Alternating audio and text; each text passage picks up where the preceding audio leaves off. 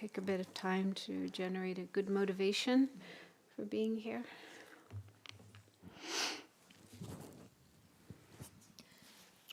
To the teacher endowed, transcendent destroyer, one that's gone, foe destroyer, completely and fully awakened one, perfect in knowledge and good conduct, one gone to bliss, know of the world, supreme guide of beings to be tamed, teacher of gods and humans to you, the Buddha endowed, transcendent destroyer, glorious conqueror, Shakyamuni, I prostrate, make offerings and go for refuge. When you are supreme among humans, you were born on this earth, you paced 7 strides and said, I am supreme in this world. To you who are wise and I bow. With pure bodies formed supremely fine, wisdom ocean like a golden mountain, fame that blazes in the 3 worlds, winner of the best supreme guide, to you I bow. With the supreme sun's face like the spotless moon, color like gold, to you I bow. You are immaculate, the 3 worlds are not incomparable, wise one, to you I bow. Great, compassionate protector, all-knowing teacher, field of merit and good qualities, vast as an ocean, to the Tathagata I bow. Through purity, freeing from attachment, through virtue, freeing from the lower realms. Unique, supreme, ultimate reality, to the Dharma that is peace I bow. Having freed themselves, showing the path to freedom too, well established in the trainings. The holy field endowed with good qualities, to the Sangha I bow. Do not commit any non-virtuous actions, perform only perfect virtuous actions. Subdue your mind completely, this is the teaching of the Buddha.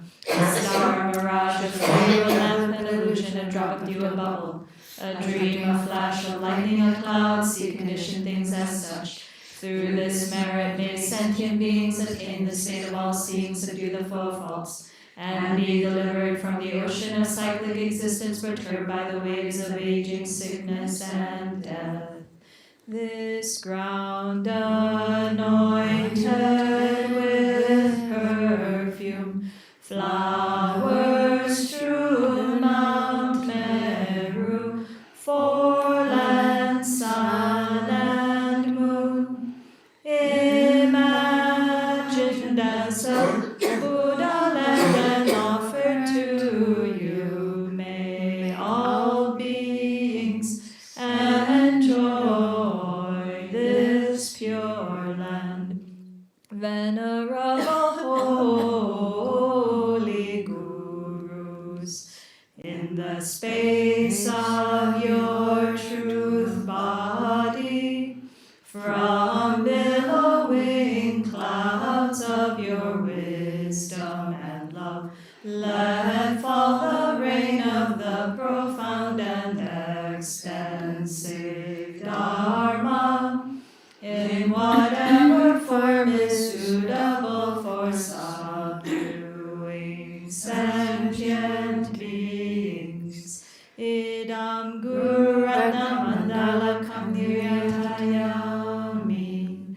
I take refuge until I have awakened in the Buddhas, the Dharma, and the Sangha. By the merit I create by listening to the Dharma, I will attain Buddhahood in order to benefit all sentient beings. I take refuge until I have awakened in the Buddhas, the Dharma, and the Sangha. By the merit I create by listening to the Dharma, I will attain Buddhahood in order to benefit all sentient beings. I take refuge until I have awakened in the Buddhas, the Dharma, and the Sangha. By the merit I create by listening to the Dharma, I will attain Buddhahood in order to benefit all sentient beings.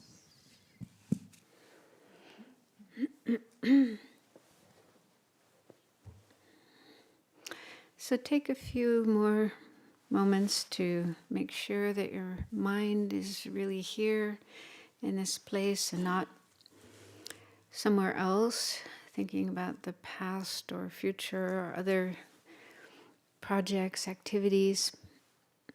So put aside all thoughts of those other things and just let your mind be in the present, the here and now.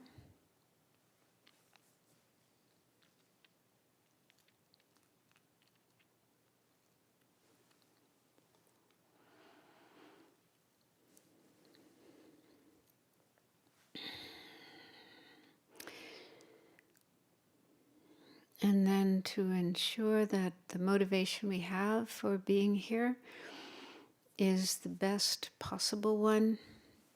So we're going through Lama Tsongkhapa's text on the stages of the path to enlightenment, the middle-length version of that. And so these teachings are all about how to develop our potential for enlightenment, our Buddha nature that every living being has within their minds. It's been there from beginningless time. And we just need to know how to make it manifest, clear away obscurations, and cultivate the conducive qualities and realizations we need to actualize enlightenment. And the whole purpose for doing that is so that we can benefit others, all mother sentient beings, help them be free of suffering and the causes of suffering, help them achieve happiness and the causes of happiness. So really try to have that as your reason, your motivation for being here and listening to, participating in this class.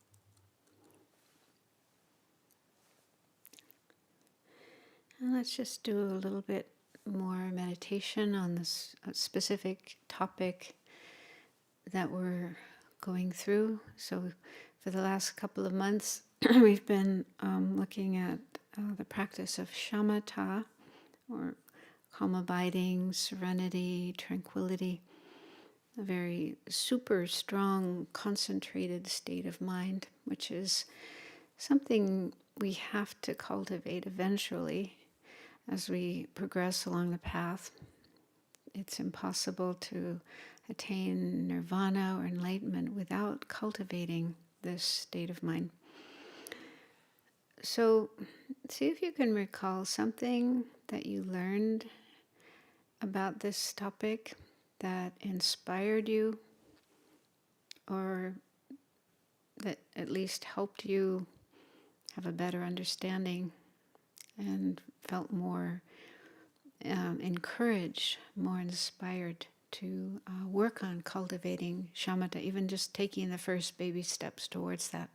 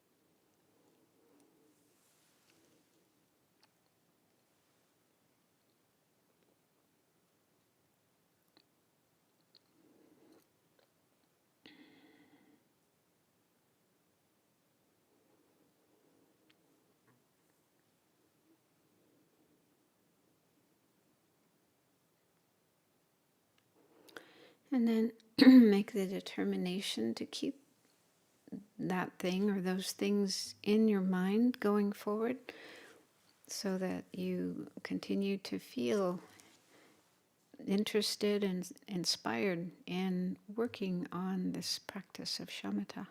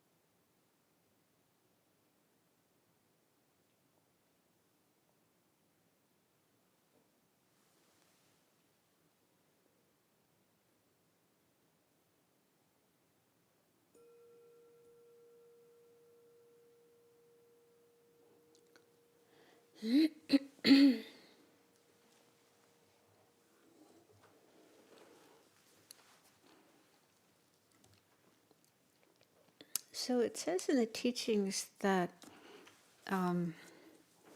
there's no place we haven't already been in samsara. No realm or type of rebirth we've been in. And that includes the higher realms, like the form realm, the formless realms. So they say we've been in those places. We've had those rebirths. So that means we must have cultivated shamatha in past lives, because there's no way. Shamatha is like the gateway to those realms. So we must have done it before. Does that sound believable? But we just forgot. We lost it. But, that means, if we just put our effort in, we can do it again. We did it before, we can do it again. We have the recipe, all the instructions on how to do that. We just need to put them into practice. Okay, so we're getting close to the end of this section. We might even finish it today. We'll see how it goes. So last week, we went through a section where Lama Tsongkhapa was explaining the sort of distinguishing marks of shamatha, like how do you know if you have actually achieved that? And that's mainly when you're having the experience of pliancy, physical, mental pliancy, and also the bliss of pliancy. So when those occur, then you know you've achieved shamatha. So now there's a section where he's explaining some other kind of characteristics of shamatha. So we're on page 324, right at the top. It says the signs of possessing attention and an elimination of doubt. So the term attention here means shamatha. Sometimes it's just called attention. So this has 2 points, the actual signs of possessing attention and the elimination of doubts. So the actual signs of possessing attention. Shravaka levels, that's by a Sangha, teaches that the signs that indicate you or someone else has achieved shamatha. So there's actually a bunch of signs here, and I'll follow Geshe Zopa's delineation of this. He says there are actually five main signs. And the first one is through attaining that, a set of 4 is achieved in small measure. So this is the first of the 5 signs, and it has four parts to it. A mind included in the form realm, physical pliancy, mental pliancy, and single-pointedness. So when you have shamatha, that state of mind, belongs to the form realm, even if your body is still in the desire realm. But when you're in that state of meditation with shamatha, then that mind is the form realm. So it's and then you have physical pliancy, mental pliancy, and single pointedness. So you have those. It says here in small measure, because you can continue working and cultivating those even more. But this is like the first point where your mind is actually in the form realm. And then the second sign, also you are able to purify mental afflictions by means of peaceful and coarse paths, or paths associated with aspects of the Four Noble Truths. So peaceful and coarse paths is also called the mundane path. Like if you want to attain the form realm, the formless realm, those states of mind, then that's the mundane path. And with that you can purify mental afflictions. You can't completely get rid of them altogether, but at least you can suppress them so they're not just taking over your mind all the time. So you have two choices. After you've achieved shamatha, there's these two paths you can take. It's like a fork in the road. So you can either take the mundane path, leading to higher realms in samsara, or the other path is paths associated with aspects of the Four Noble Truths. So that's, as Buddhists, that's the path we want to take, meditating on the 16 aspects of the Four Truths, and that will lead to nirvana and enlightenment. And that's the way to really purify afflictions, to get rid of them altogether so they don't arise anymore. Then the third sign is physical and mental pliancy arise very quickly when the mind is in inward equipoise. So you can quickly get these experiences of pliancy when you're in meditation. And then the fourth sign is the 5 hindrances. Aspiration for sensual pleasures, sleepiness, and so forth have largely disappeared. So this is the only place in the text where I found any mention of these 5 hindrances, which is kind of curious. Yeah, he doesn't even mention all 5 here. So it kind of seems to assume that readers already know them, but they're not explained anywhere else in this text. But yeah, so those 5 hindrances to concentration that you learned about in Volume 5 and elsewhere. So those have largely disappeared. Then the last one, 5, the 5th sign is when you rise from equipoise, you are still imbued with some physical and mental pliancy. So even after you finish your meditation, you get up, you still have some effects of pliancy in your body and mind.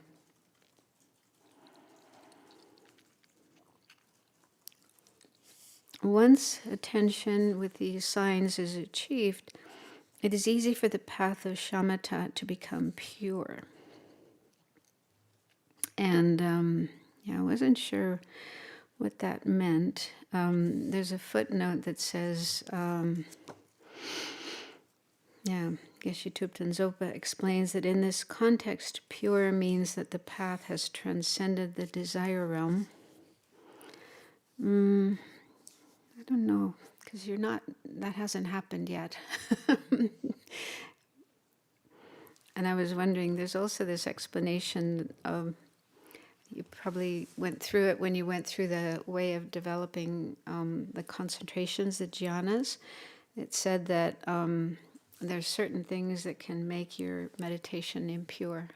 There's still some afflictions that can arise, like attachment, getting attached to the bliss.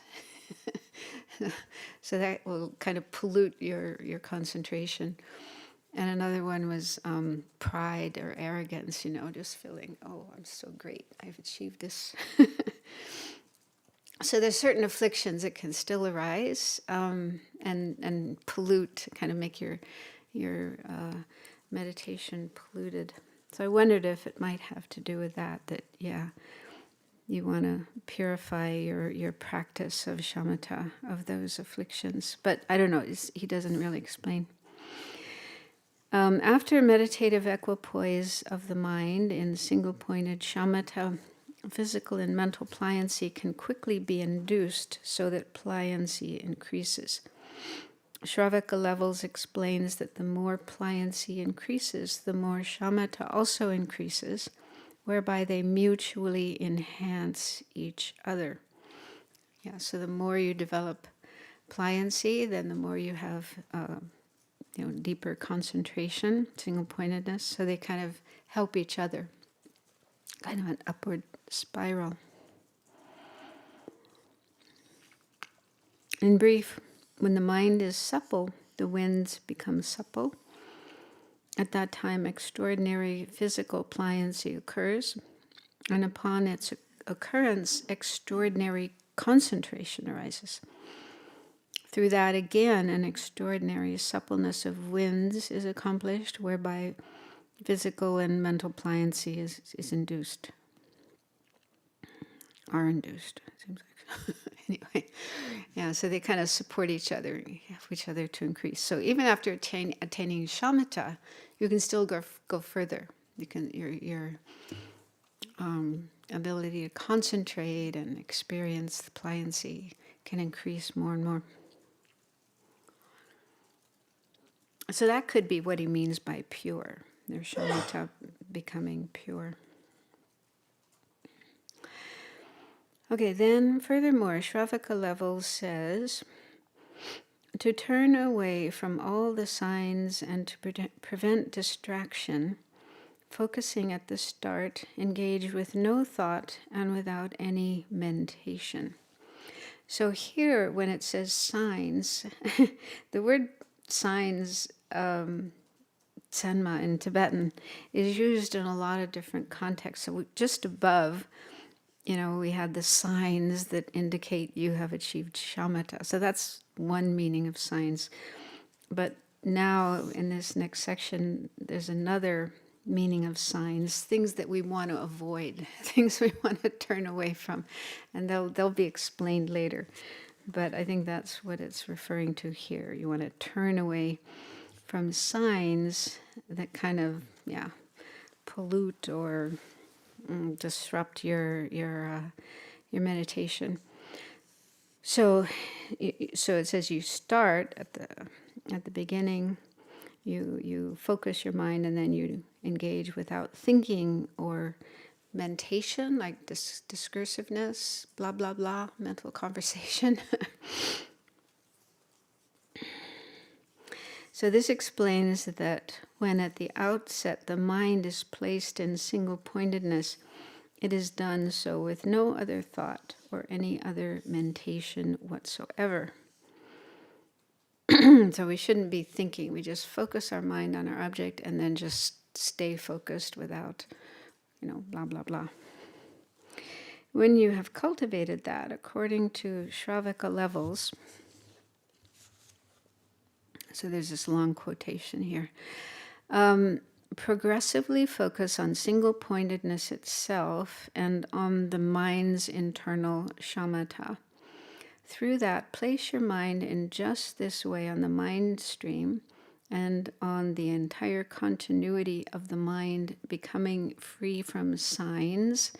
And again, these are signs we want to avoid. That'll be explained later. Free from conceptualization and absolutely calm.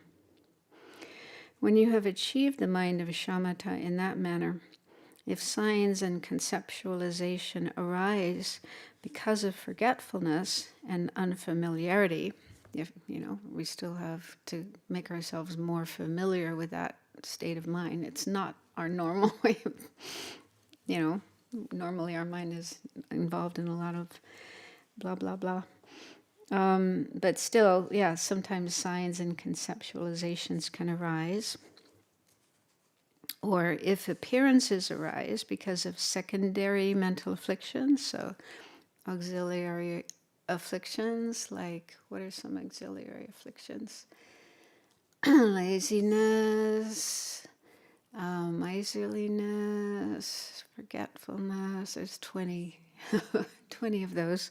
So those could cause appearances to rise. Now the next thing says, or if holes start showing. Holes? What does that mean? And the only thing I could find, the word in Tibetan is go, which is the same word as door, right? And in Geshe Jamba Gyatso's commentary, he said sense doors. Sense doors are revealed, and that makes a lot of sense because it says that when you're in this kind of concentrated state of mind, you don't have any sense experiences. You don't hear anything or see anything. So none of the 5 senses are operating. So you could have a construction project going on right next door to you, with all that machinery and banging and voices and dirty words, and you wouldn't hear any of it. Your mind would be like oblivious. But it sounds like, it's still possible that one of your sense doors might open a little bit and something could come in. Some sense object could come in. So that seems to be the most reasonable explanation. So if holes start showing and they become your object, meaning, your mind kind of goes to those objects, then because you have already seen their faults, do not pursue thoughts about such occurrences nor attend to them. So even if that kind of thing happens, that kind of, sense object or other things, you've seen the fault of that, and you don't let yourself get distracted by and think about them. In this way, with no thoughts about them and no attending to them, those objects completely disintegrate, and when they have been completely eliminated, the mind is placed on the very absence of appearances. Sir, that's funny. Sir, this object is subtle and hard to comprehend. Therefore, aspire and make a strong effort in order to comprehend it. So then Lama Tsongkhapa will explain that above passage. This is how concentration is said to arise. The section up to absolutely calm, so that's like the first paragraph of that quote, shows how freedom from signs, freedom from conceptualization, and absolute calm arise gradually from maintaining the meditation as before. Then the section up to do not pursue thoughts about such occurrences is the second paragraph. Explains that whenever signs and so forth appear in the mind, when shamatha has been accomplished, but there is no great familiarity with it and so forth, you should remember the faults of the mind coming under their power, not pursue them, and place the mind without thinking of anything. And then the section up to absence of appearances, that's the third paragraph, explains that through familiarizing yourself in this manner, whichever of the 3, and here I have doubt about the translation. Here it says, whichever of the 3 signs and so forth arises, and the footnote says the 3 signs and so forth here is the becoming free of signs, free from conceptualization, and absolutely calm in the quote above. And I feel that may not be right. Let's read the rest of this and I'll explain. So whichever of the 3 somethings arise through the force of familiarity with relinquishing all thoughts about them, it will subside by itself independently of deliberately focusing the mind. the section explains that thereafter you abide in the non-appearance of the three, and you are not carried away by them.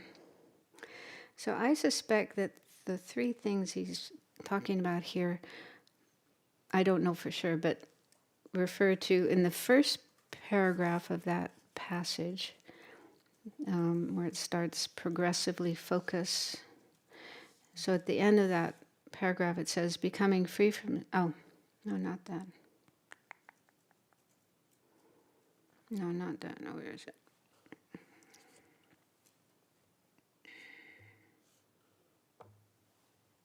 No, I think it's the middle of the second paragraph, where it talks about signs and conceptualizations, and then appearances that arise because of secondary mental afflictions and wholes. I think he's talking about those three things, because it, it sounds like in case any of those arise, then you want them to disappear. That's just my guess, but I'm not sure. Yeah.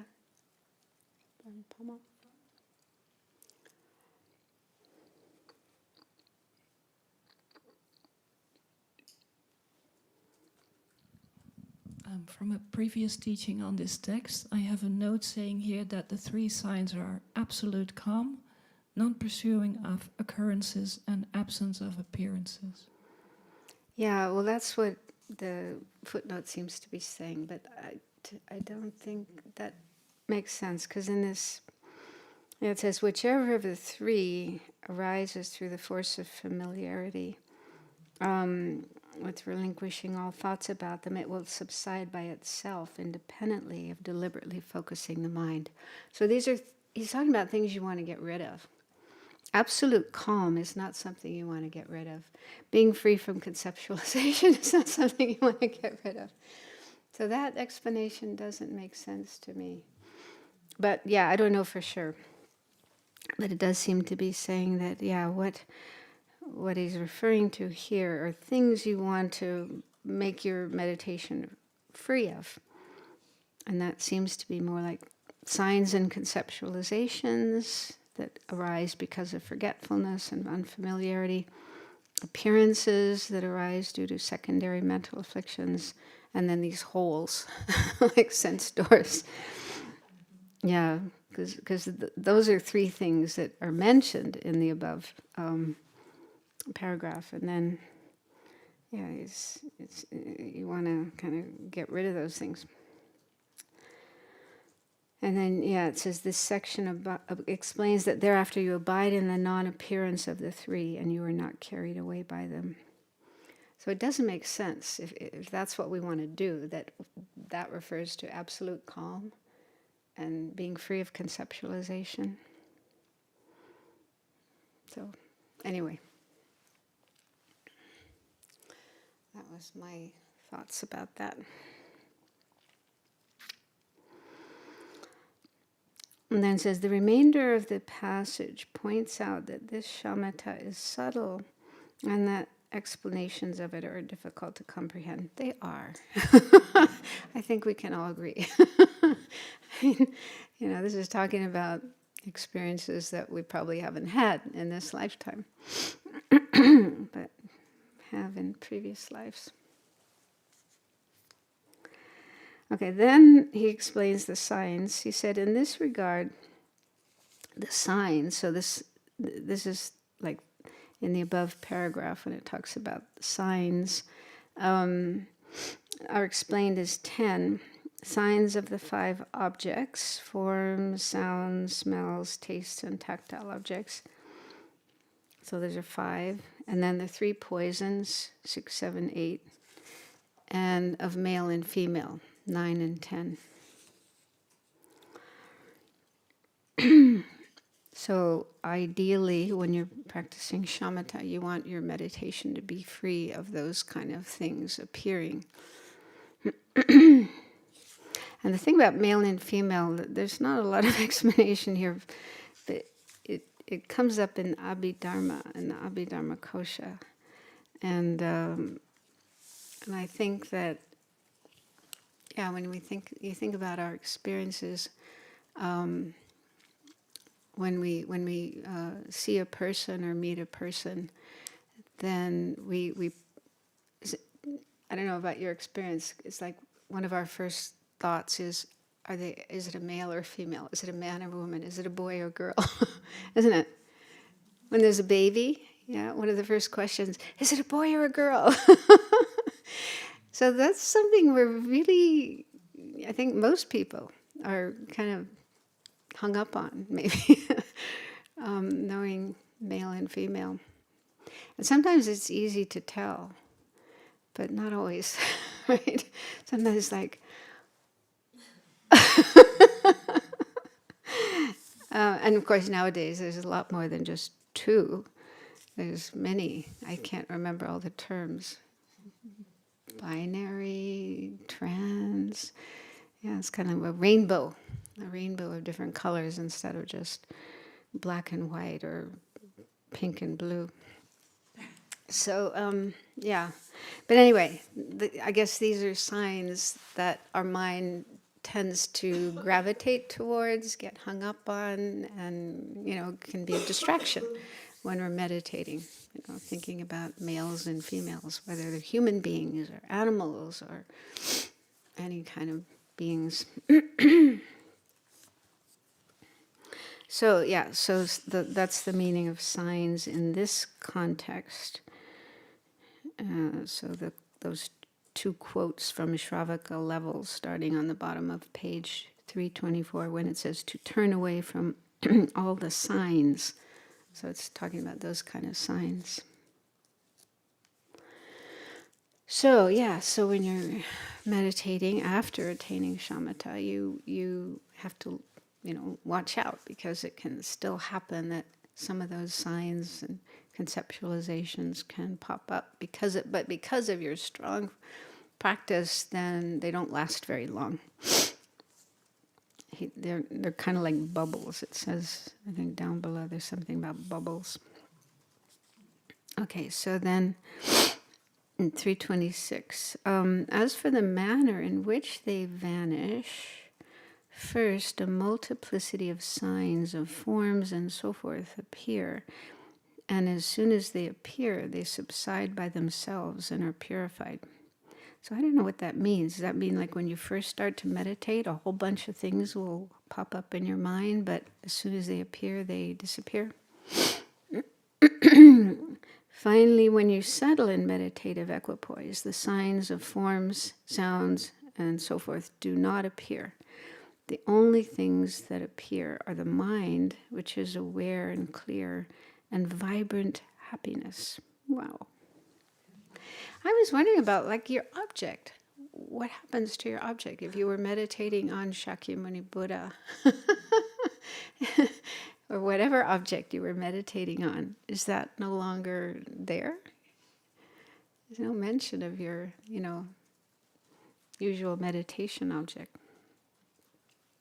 Have you heard anything about that from other sources? Venerable children went through this. I mean, they do say that once you have achieved shamatha with one object, I think, if I remember correctly, then you can very easily turn your mind to any other object and have shamatha. It's not like you have to start all over again from the beginning, with each and every object. Once you've got it with one object, then you can have it with any object. So maybe when you're developing shamatha, you use an object like the Buddha or the breath or loving kindness or whatever. But then once you've achieved shamatha, then your mind is much more free. You don't have to always use that same object.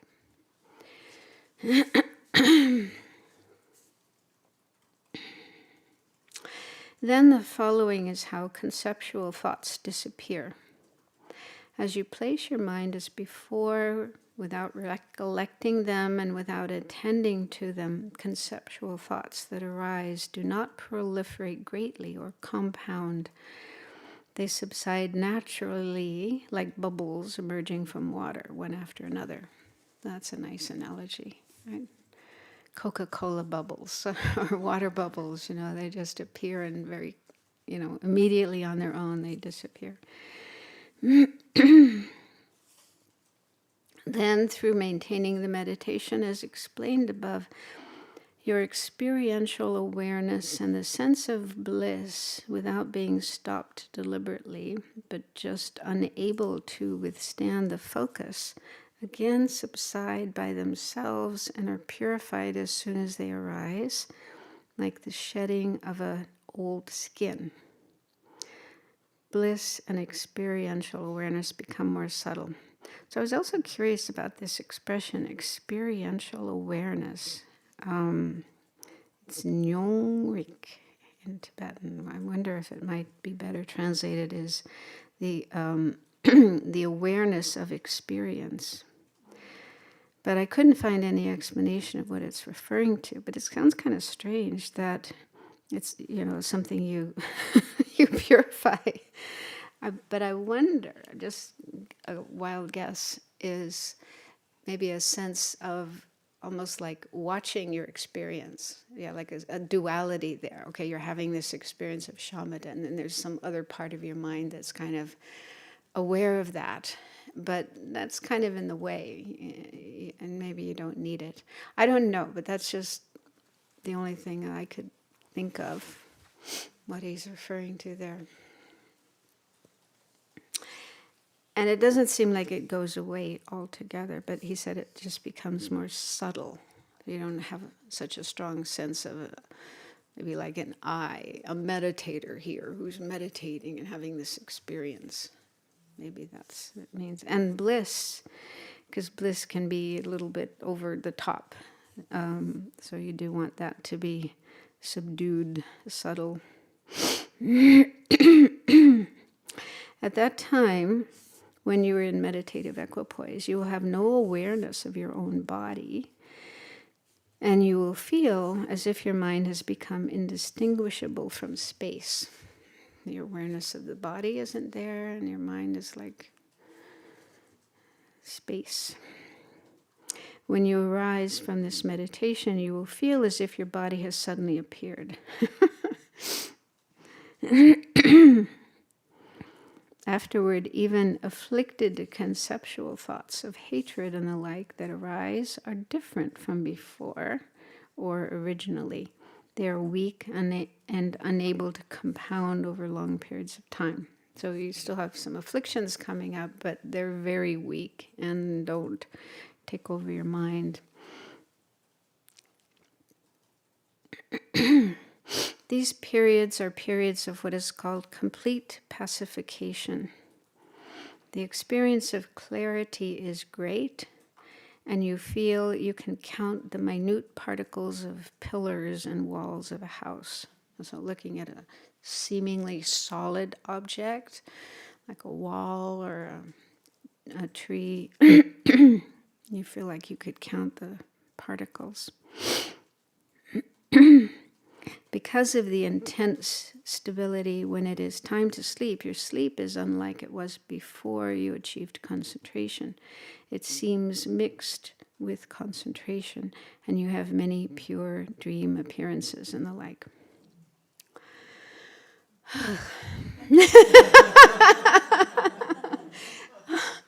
That'd be nice. One day, we'll get there.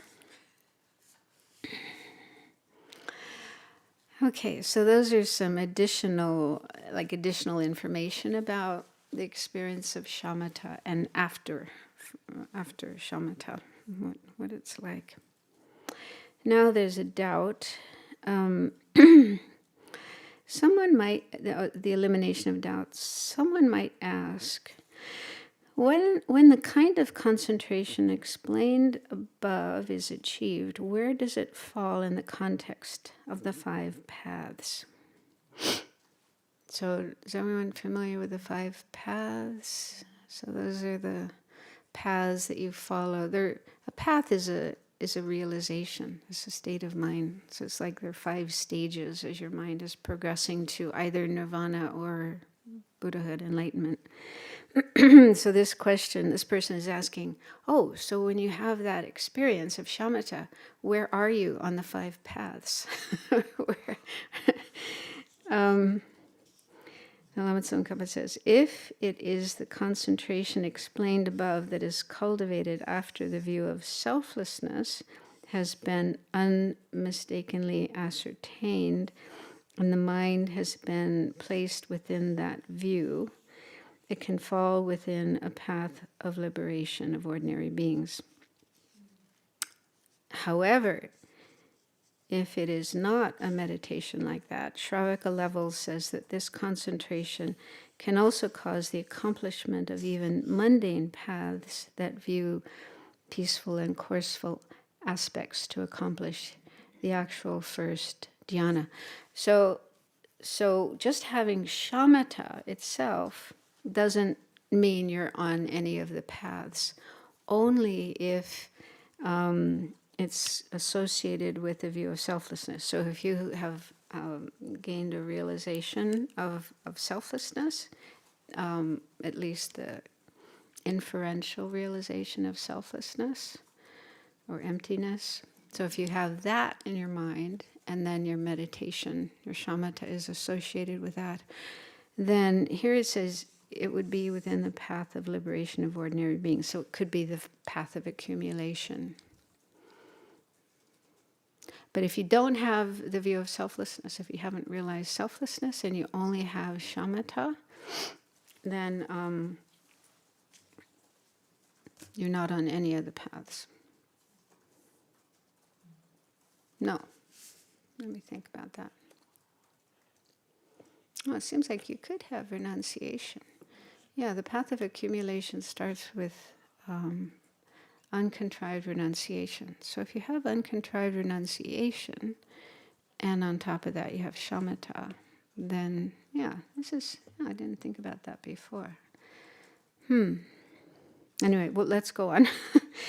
But if you only have shamatha, then it could also just be part of the mundane path, meaning that path that leads to attaining the form realm or the formless realms.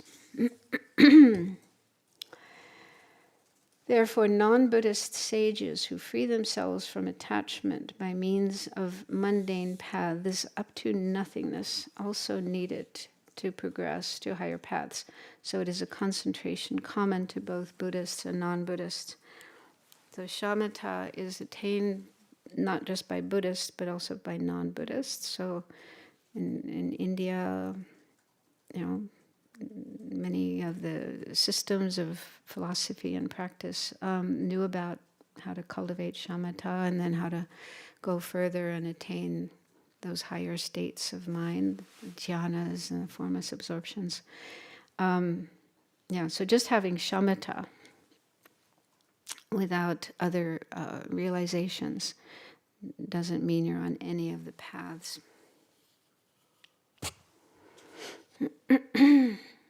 So then he says, furthermore, here is where he explains the three principal aspects of the path.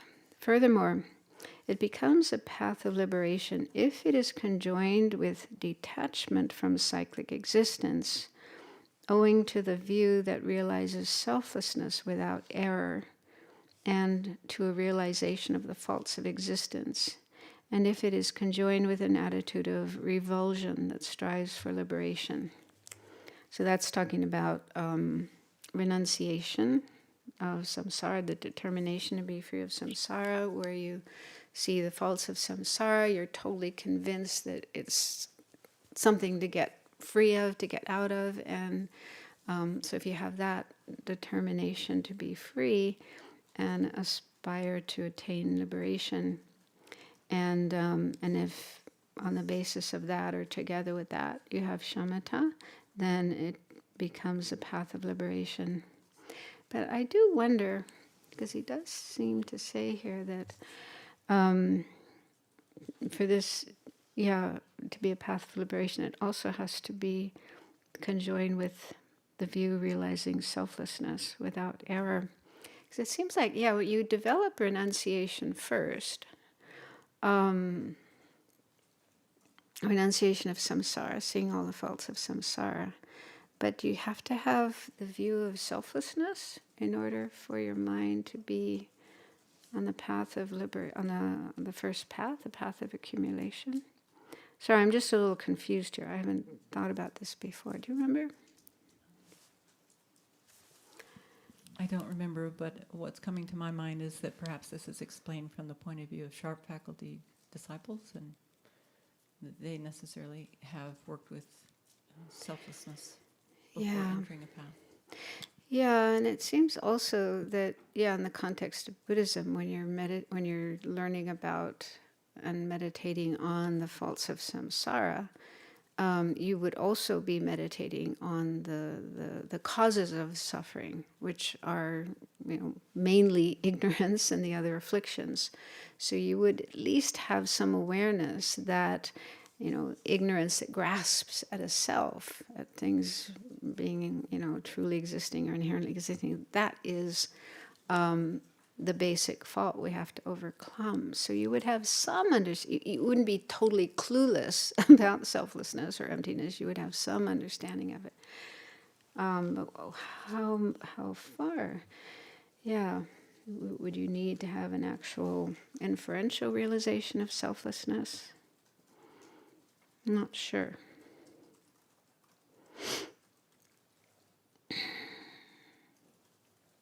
Anyway, I'll look into that and see if I can find more. Then he says, then if it is conjoined with bodhicitta, it even becomes a Mahayana path. So if you have bodhicitta, and together with bodhicitta you have shamatha, then it becomes a Mahayana path. Likewise, for example, if the generosity of giving a morsel of food to an animal and the guarding of even one kind of ethics is conjoined with that attitude, they become accumulations, respectively, of the paths of liberation and omniscience. So, in order for the experience of shamatha, the realization of shamatha, to become part of the Buddhist path, then it needs to be together with, conjoined with one of these views, at least renunciation of samsara, and also bodhicitta for those of us following the Mahayana path. However, here, what is being analyzed is not whether it becomes a path of liberation or omniscience when conjoined with another factor of the path. Rather, what is being analyzed is which path it becomes by that concentration's nature. So the question is just the nature of shamatha itself, that itself, all alone by itself. Is that any path? The states of meditation free of thought and mentation, referred to as unfabricated by the mind and subjectless and endowed with bliss, clarity, and non-discursiveness, are of two types.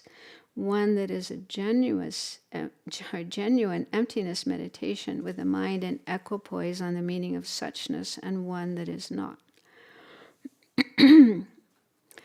So here I think he's talking about, I think in Tibet there were meditators who probably spent a lot of time meditating and got into some very strong states of meditation, concentration, and experienced these characteristics, free of thought. So no thought, no blah blah blah going on, and having bliss and having clarity, non-discursiveness. And they thought, well, some thought that was shamatha. Some even thought that was that was emptiness, the realization of emptiness, which you can kind of understand. I mean, just that explanation we just went through, your mind feels like it's absorbed in space, you have no thoughts, no discursiveness, you don't even have a sense of a subject, your body disappears, you don't have any sense objects coming in. I mean, easy to think that that's emptiness. You've realized emptiness, yeah? that he doesn't agree. So he says, yeah, you could have all those experiences, and it could be a genuine meditation on emptiness, but it could also not be that. Therefore, it is extremely important to differentiate them well, for otherwise you put yourself at great risk of mistakenly believing that you have had a realization of suchness, another term for emptiness, when you have not. If you do not differentiate them as explained above, you might even take concentration, which is common to Buddhist and non-Buddhist Dharma, to be the main point of completion stage, highest Yoga Tantra. So you should investigate this in detail. So it's also, in highest Yoga Tantra, which is the highest level of practice there is, and within that there's generation stage and completion stage. So completion stage is the highest level of that. And so there were, I guess, meditators who had this kind of experience of this, very concentrated state of mind without any thoughts and so on. And they thought that that was completion stage. They had achieved completion stage practice of Tantra. So he's saying this is not correct. And if we think, we think we've achieved that and we haven't, then it's dangerous, because then we won't think we need to practice anymore. That we're very close to enlightenment.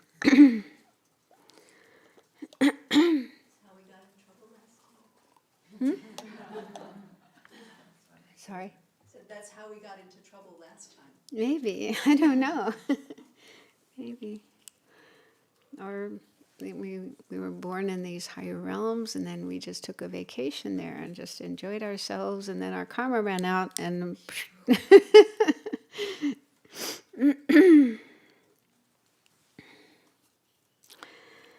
yeah, so I'll see if I can find more information about that thing about emptiness.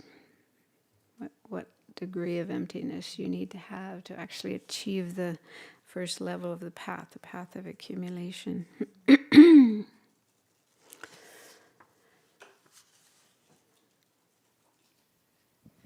I have been thoroughly scared into thinking that blank-minded meditation is never what we're practicing. But then this description of concentration sounds like what I imagine blank-minded meditation to be. Is it just the idea that to get to shamatha, you're definitely using an object, not doing blank-minded meditation to get there, and then you have this experience? Is that one way to think about this? Yeah, I mean, I don't know, blank-minded meditation. I guess that's like what they they say Hoshang Mahayana. That's what he was teaching. Just stop all your thoughts. Don't think about anything at all.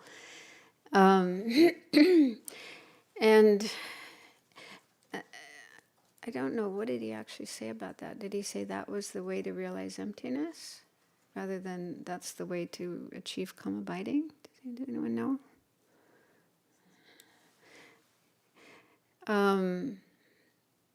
Yeah, I have the sense that's more associated with emptiness. Yeah, the realization of the true nature of things and the way out of samsara. That's what you need to do. Just stop all your thoughts.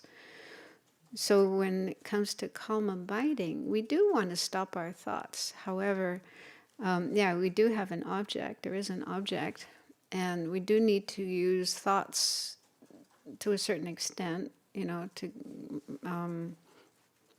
create the object, and then also look out for faults. I mean, that's involving some thoughts. Oh, there's laxity, or there's excitement, and then you use other thoughts to deal with those. You think about the precious human rebirth, or the qualities of the Buddha to overcome laxity, and think about death and impermanence to overcome excitement. So you are using thoughts. You're not just totally stopping all thoughts when you're doing shamatha. And then at higher levels, of course, like what we just went through, at that point you don't want to think anymore. But you've already gone through, you've used thought to get beyond thought. And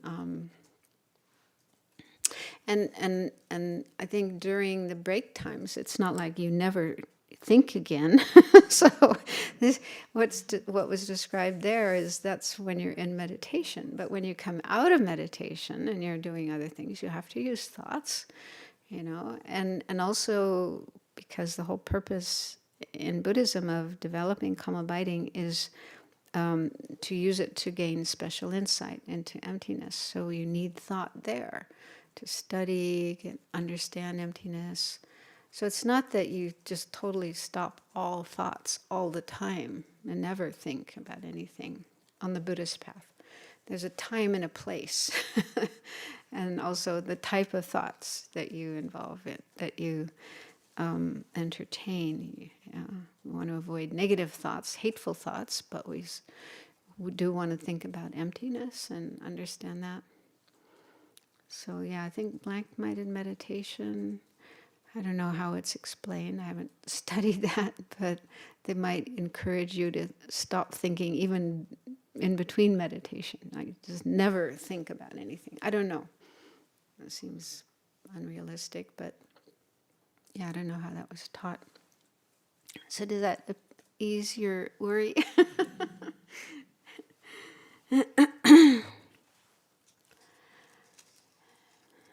Any other questions? I just want to clarify, is shamatha required along with renunciation or bodhicitta to be considered the path of accumulation? Or could those be separate from shamatha? I'm trying to remember what I learned. And there seem to be different views, different points of view. Because when we studied Ornament for Clear Realization, what I learned was that shamatha is required for bodhicitta. Before having the realization of bodhicitta, you have to have already attained shamatha. And I said something like that, or anyway, one day Geshe Dado, when Geshe Dado was here, he said, "Oh no," anyway. There's different points of view in the monasteries, and he said that according what's his school, Drepung Loseling, same as His Holiness. He said, you can achieve bodhicitta before shamatha, and he pointed out what His Holiness talks about. His Holiness sometimes says that. What does he say? He has realized he has achieved bodhicitta. He has some realization of emptiness, and he has also developed bodhicitta, but he still hasn't achieved shamatha, right? So Geshe Dado pointed that out. So there's different points of view, whether it is required or not for bodhicitta. And as for renunciation, I don't remember. Do you remember? And entering the path of accumulation. Again, it could be different points of view. I mean, you definitely have to develop it somewhere along the way.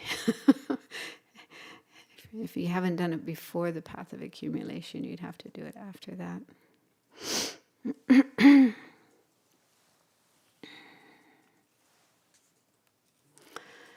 Okay, then, next section, indicating how to traverse the path in reliance upon shamatha generally.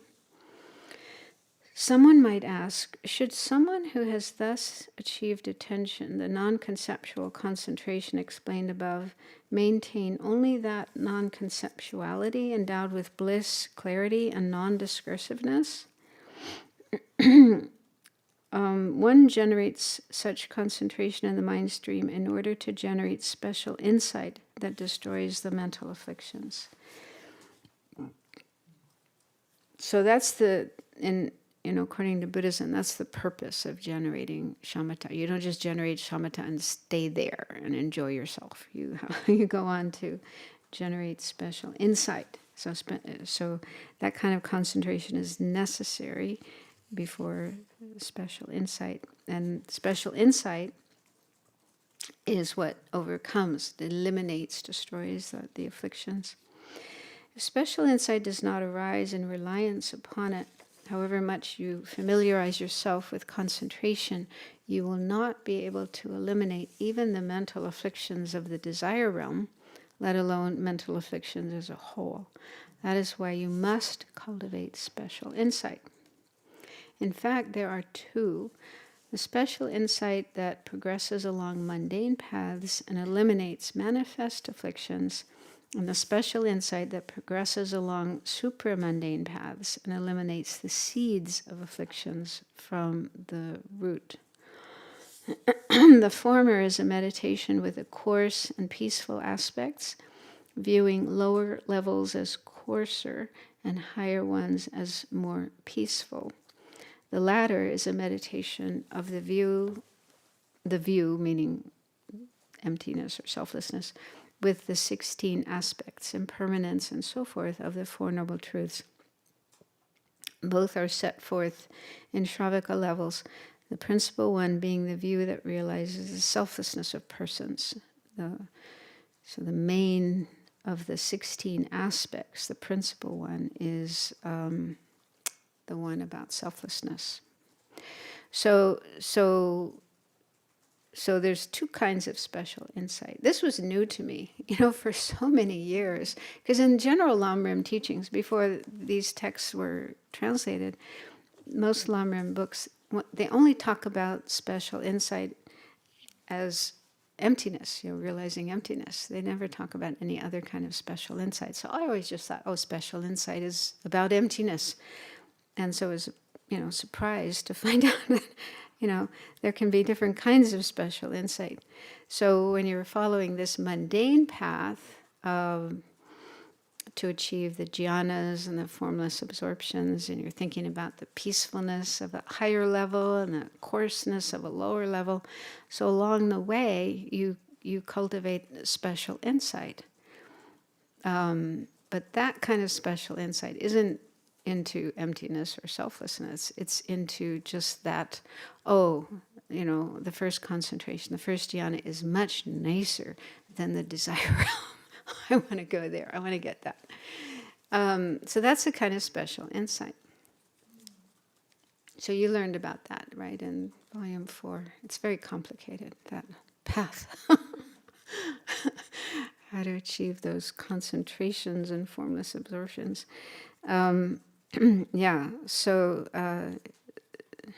So what we need, what we want to develop, is not that kind of special insight, but rather the special insight into selflessness or emptiness, because that's the only thing that will eliminate afflictions such that they will never arise again.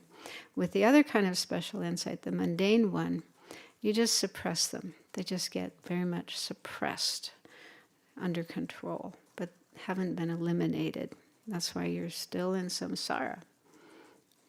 You can't get free of samsara by following that path. Is that clear? That being so, the shamatha explained above is required as the basis for eliminating afflictions for both non-Buddhist and Buddhist yogis.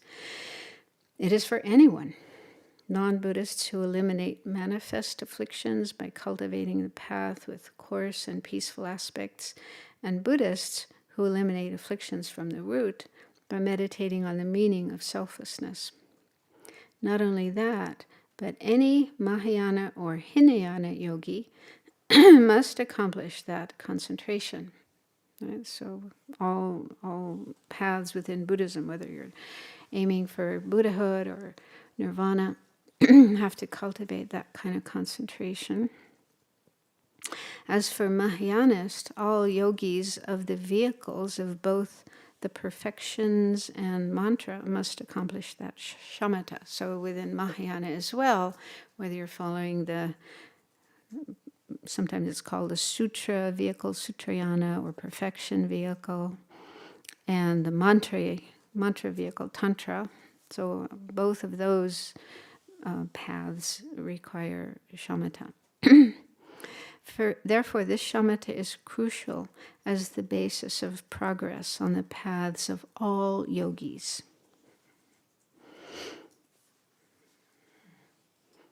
Except yogis who are just concerned about building their body.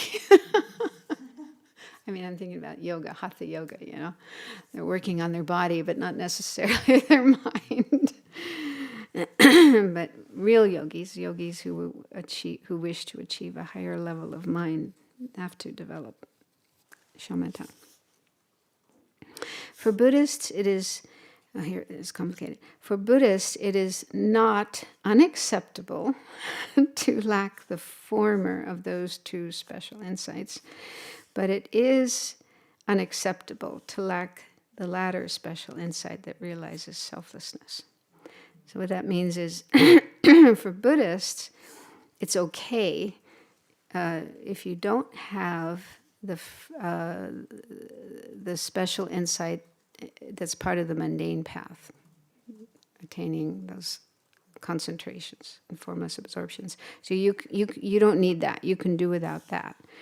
But you have to have the special insight that realizes selflessness. So I don't know if this was explained when you had in volume 4, but it said that for the attainment of nirvana, so if you're following, either the hearer path or solitary realizer path, aiming for nirvana, if that's your goal, you don't have to develop the jhanas and the formless absorptions. You don't have to go that route. You develop shamatha, and then you immediately go into the path involving selflessness. Yeah? You can't. I mean, there's many different options. This is where the 20 Sangha come in, that really complicated explanation. All these different possibilities for how to reach nirvana. There's zillions of routes. So there are some who choose to cultivate the jhanas and the formless absorptions. They do those. They also meditate on selflessness. So they do both. But there are some who don't. Some who can attain nirvana without ever following the mundane path. Yeah? Did you hear about that? So that's what he's talking about here. That it's not unacceptable to lack the former of those two special insights. So you don't have to follow the mundane path to reach your goal. If your goal is nirvana. But what we learned in Ornament for Clear Realizations is that for bodhisattvas, if you're following the bodhisattva path, the sutrayana, perfection vehicle, sutra vehicle path to enlightenment, you do have to cultivate all 4 of the jhanas and all 4 of the formless absorptions, because those are mental states, those are states of mind that are really excellent for attaining realizations, especially the fourth dhyana. They say that's really the best mind to use. And so what the bodhisattva would do, they cultivate those 8 different mental states, and then they do these kind of mental gymnastics. That's my word, but it's kind of like that. They go zip up and down those different meditative states while meditating on emptiness. So their object is emptiness, but they're using those states of mind, like the first dhyana, second dhyana, third, and so on, zipping up and down. And it makes their mind just really supple. And it's beyond me, but that's what they say. It helps them in their realization of emptiness. So that's, was that in volume 4? Was that mentioned? Yeah. But when it comes to Vajrayana, it's not clear if you're following the Vajrayana path. I haven't been able to find clear explanations of whether on the Vajrayana path you should or shouldn't cultivate the mundane special insight.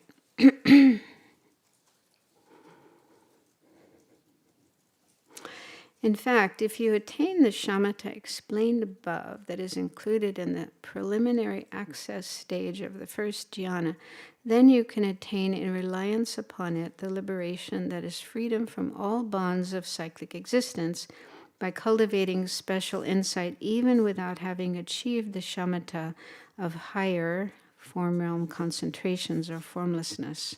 So that's what he's saying here. If you just achieve that just shamatha.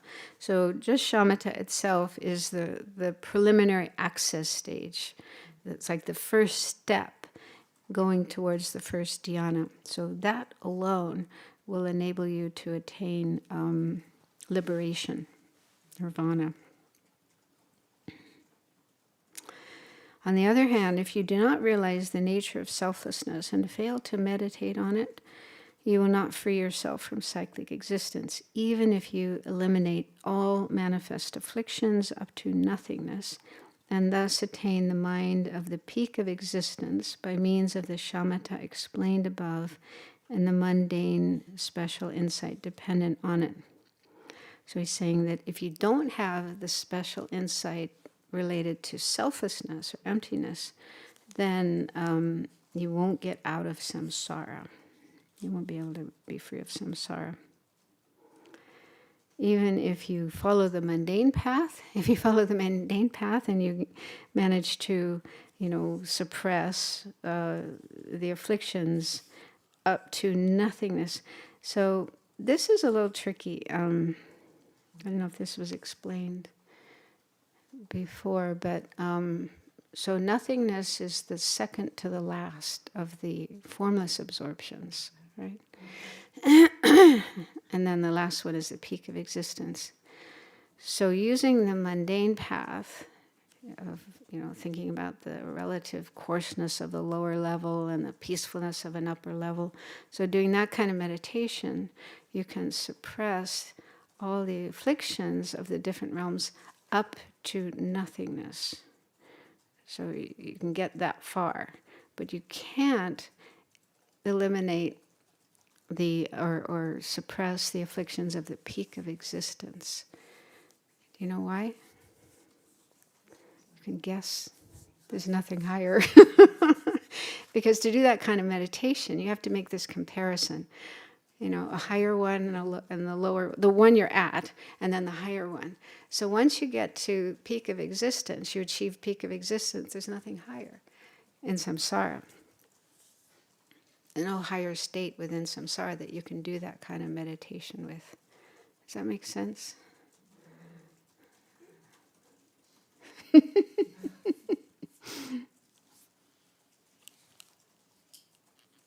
This whole meditated method is disturbing to me because it sounds like this attachment or this craving has to be there continually, right? Is that kind of the point? You crave, achieve, and then you get to the highest realm of samsara. There's no place else to even look, so you're just stuck with a craving that got you to the peak of samsara, and then when all that runs out, you're dumped. It is a kind of craving. It is, and they do talk about, I think in Abhidharma, it's probably in volume 3 as well, different levels of attachment. There's a desire level attachment, there's form realm attachment, there's formless realm attachment. Yeah, it's a more refined kind of attachment than what we have, craving for food and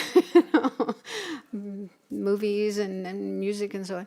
So it's a much more refined type of attachment, but it is attachment, and you are utilizing that attachment to get past one level into a better level. So that's why, you don't free yourself from craving when you follow that path. You're actually using craving. And that... It's really sad. It is. That's probably what we've been doing. Yeah, you do all this hard work. And then you hit the ceiling. You hit the ceiling and there's no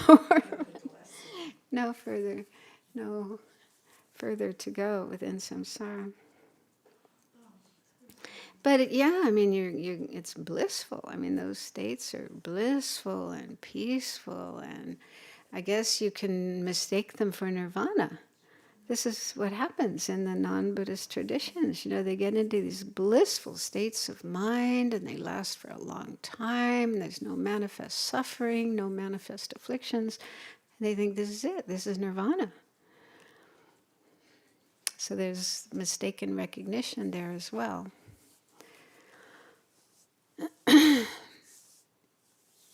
Yeah, that's why we're so fortunate that we met the Buddha's teachings, because he found real nirvana, real liberation from all suffering and its causes forever.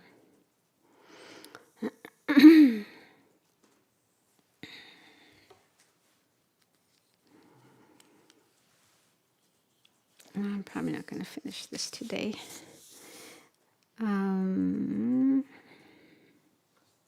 Where did I leave off? Yeah, about nothingness. Does that make sense? That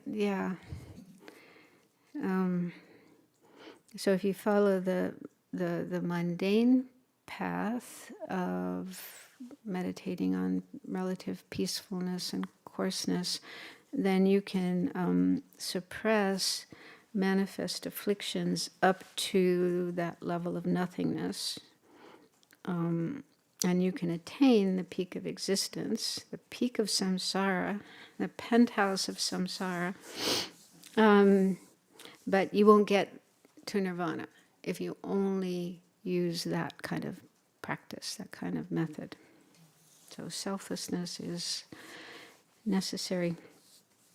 As praise of the one worthy of praise says, beings who fail to turn to your Dharma, who are blinded by their ignorance, having gone to the peak of existence, maintain existence and suffer again.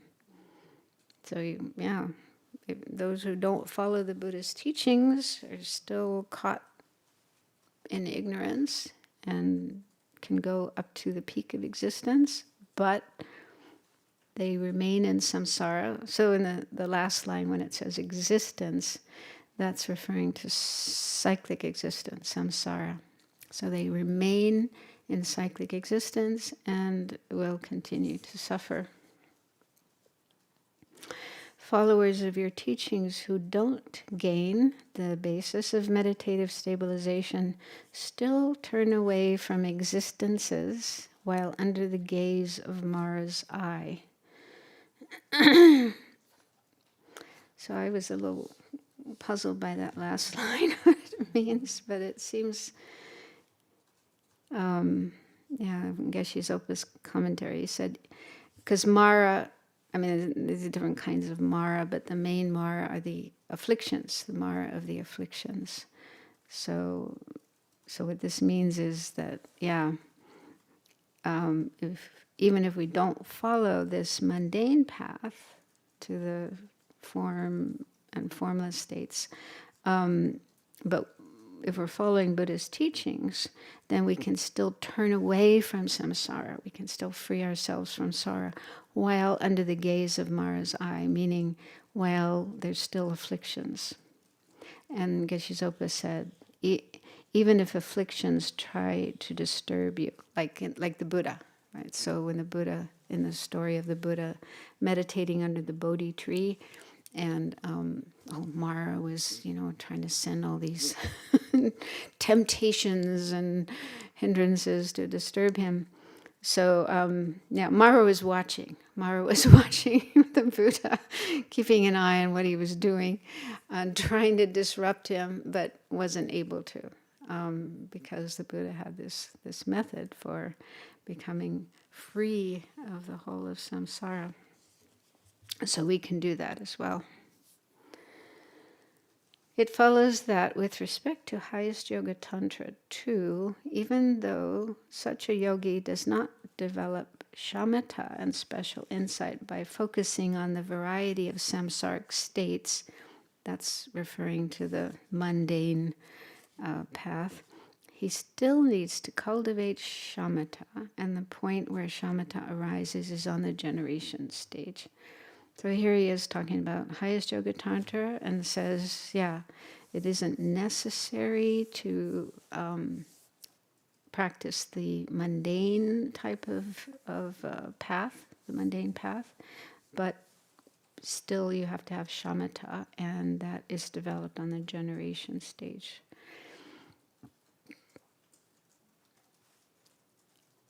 Okay, so there's just one little bit left, but it's a bit complicated, so I'll leave that for next week.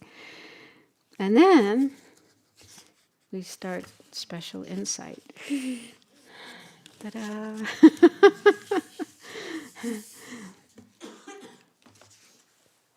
The kind of special insight that will get us out of samsara. Any questions? There's a few minutes left, yeah? I've been finding in my meditation, I see the benefits of both concentrating on the breath and concentrating on the image of the Buddha. And I'm torn, I guess. Like, I really want to, I see the benefits of both. Should I really just focus on one and completely forget the other, or any thoughts? Good question. I mean, in our practice, like when you're taking refuge, yeah, when doing the practice of refuge, then you visualize the Buddha, and there may be other practices as well where you visualize the Buddha. So, I mean, that's always going to be part of our practice, you know, at some point to have a visualization of the Buddha. So while doing those practices, you could, you know, spend some time focusing on the Buddha, not just rush to the next part, but just spend some time visualizing the Buddha.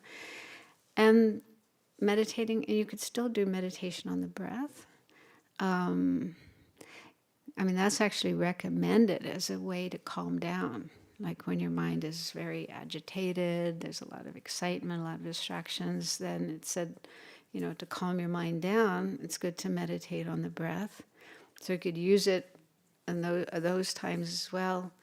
And I mean, maybe at some point later, if you get to the point where, no, I'm really going to go for shamatha, I really want to work on shamatha, then you can decide, you know, which of those objects you would like to use. Because they say when you do want to really go for shamatha and work on it in a very serious way, which does, I mean, really it does require being in retreat. If you really want to go all the way. Alan Wallace, that book I was reading from last week, Attention Revolution, he said in there that if you're doing shamatha practice, you know, as part of your day, you know, in your daily life, you're still going to work and doing other things, you might be able to get to stage 4, fourth stage, and that's the stage where you're able to keep your mind on the object for the duration of your session without losing it. But to go further than that, you really need to be in a retreat situation. So, anyway, I think it's not realistic to think you can achieve shamatha while living at the Abbey and with all the busy activities. You can certainly improve your concentration, but to get all the way, yeah, you really do need very special circumstances. So if you do get to that point one day where you really want to just go into retreat and work on shamatha, then you would need to choose. You have to make a choice. But you could still, like in the beginning, you could still try out both and then make an informed decision based on your experience. But for now, I don't think you need to, you know, make that kind of choice. Just spend time doing both at different times. Other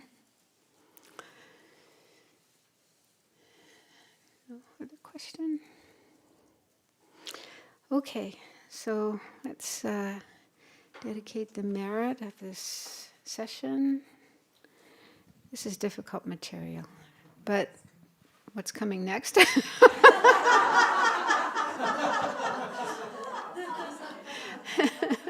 Well, I don't know. I haven't taught it before. I haven't even studied it before. So we're kind of studying it together.